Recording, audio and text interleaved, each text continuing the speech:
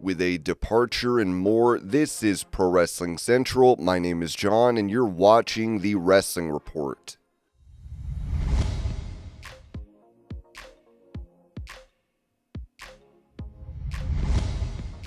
Asked if his return to TNA Wrestling this year was a one-off or if it would lead to more appearances, Mr. Kennedy told Championship Sports Blog, "No, it's definitely something I'd love to do again. I feel like it was well received. It went well, so we'll see. It's kind of up in the air right now."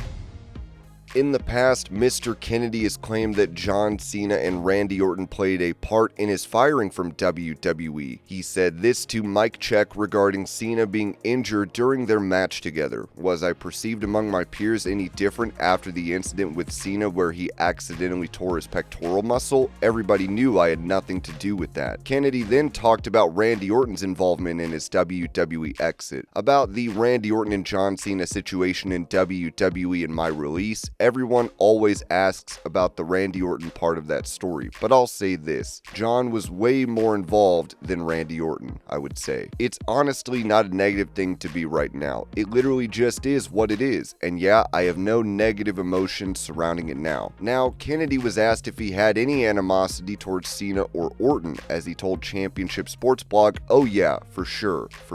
There were years where I hated those guys, but then one day I realized that me hating them doesn't do anything. They don't care. The only person that hurts is me. They always say hating somebody is like drinking poison and expecting the other person to die." Kennedy then recalled his visit to Raw backstage in 2020, saying, "I still have friends who work there, and yeah, I happened to run into Orton. We didn't talk about the incident, but we had a 45-minute conversation and it was fine. I'd like to sit down with him at some point and just clear the air."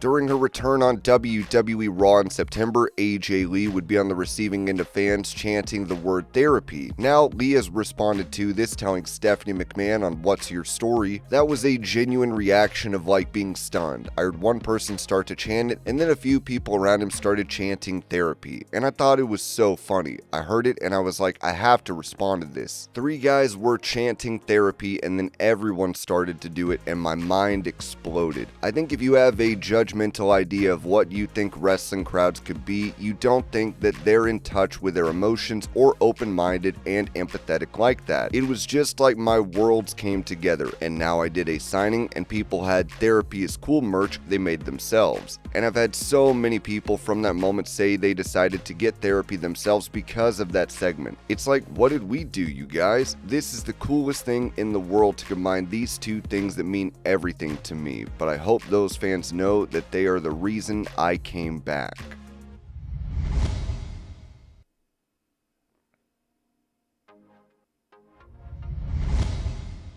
Sharing a story about her eldest daughter, Aurora, Stephanie McMahon said this on her What's Your Story podcast. She said, "Mommy, I don't want your job. Daddy, I don't want your job. I want Pop's job." So she wanted to be the boss from the get-go. "She was on the road with me since she was born, and I'd wheel her into the arena on my briefcase. I mean, she would come to the production meetings." Stephanie also recalled the moment Aurora connected with pro wrestling. It was DX, and they were getting the heat on Shawn, and then they made the hot tag to Paul, Triple H, and like I could feel her on my shoulders get excited, and she understood the beats of the match. And then after the match was over, he takes her off my shoulders and parades her, and when he handed her back to me, her eyes were like this, wide, and I was like, oh no. She got bit by the bug in that moment. I knew exactly the moment, 2 years old.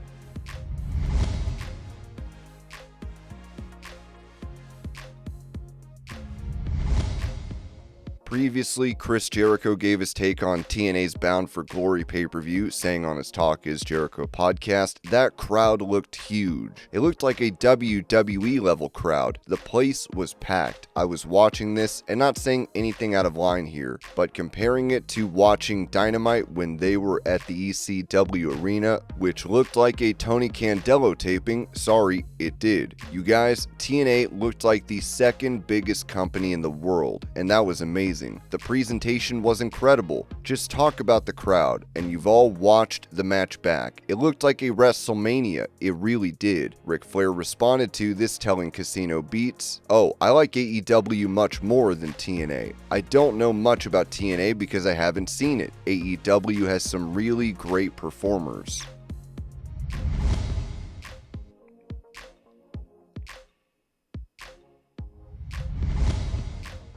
After suffering a torn rotator cuff that prevented him from being on AEW television the other week, Ric Flair provided an update on his health during that same interview. "I'm better, I'm doing fine. I'll probably have to have something done with it. I have a long weekend ahead of me with 2 appearances, one in California and one in Chicago, and then next week I'll figure out when I have time to go down there and get it looked at." Tony Khan is a really great guy. The guys over in AEW are great. Wrestling is in a good place right now.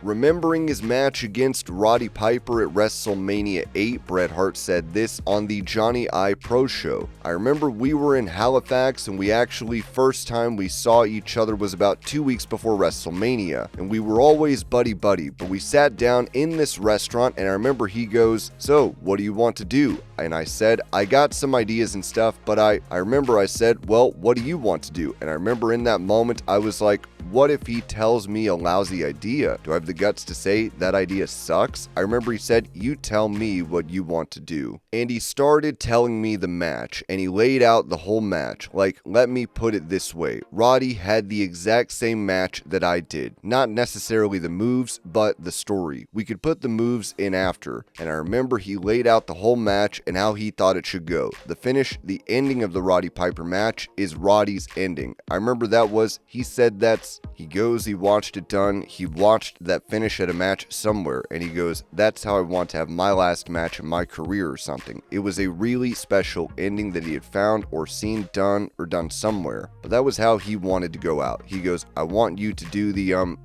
where I push off with the sleeper and fall back on him and all that and roll over and pin him 1, 2, 3. And I was like, great, I love it. This is the exact same match. That's the thing I was going to say.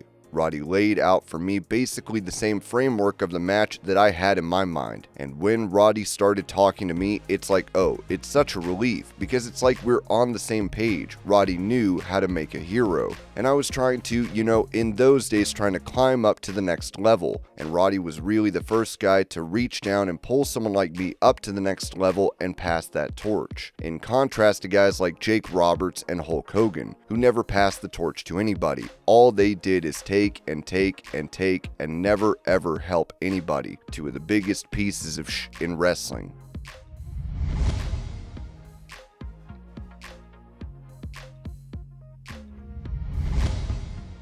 Mentioning her time working with Paul Heyman in ECW, Sunny told Inside the Ropes, "My transition into ECW, I call Paul Heyman the hypnotist, because he could basically make you believe anything. He could make you believe the ocean is yellow and this guy is rainbow colored with green polka dots. He's that good at manipulation. Let's just say if there's anybody in the world I'd like to put a bullet between his eyes, it's Paul Heyman. And that's because he cost me $170,000. Our transition from ECW to WCW was mostly because of that $170,000 Paul Heyman cost us. Long story short, Chris Candido and I had to sign off on $170,000 that Paul owed us to pay our Amex bill because Chris and I were the travel department. Every month, we would book the entire company's plane tickets on our American Express card. At the end of the month, we'd give Paul the receipts and the bill, usually around $30,000 to $35,000. He would cut us a check and we'd pay the card, and it was fine. All the wrestlers had another office job because we were trying to make the company work. Everybody pitched in, not just in the ring, and we handled travel because I was really good at it. Once we weren't working working for ECW anymore, Paul's office continued using the same travel agent we used. I told her, just keep charging it to the card you've been charging it on, even though we weren't working for the company anymore. All of these tickets for months were being charged to our American Express bill. We were trying to get a job with WCW, but we were still technically under contract with ECW, even though we weren't getting paid. For 4 weeks in a row at Nitro, we were dressed and ready to go out, and right before we walked out, a fax would come into WCW production saying, no, they're still under contract with ECW, they cannot work. We had to sign off on $170,000 and agree not to sue Paul Heyman if we wanted our releases to start working in WCW. If we didn't sign and tried to sue him instead, we would still be under contract with ECW for 2 more years and we wouldn't have been able to work anywhere, so we had to swallow $170,000 because of that beast.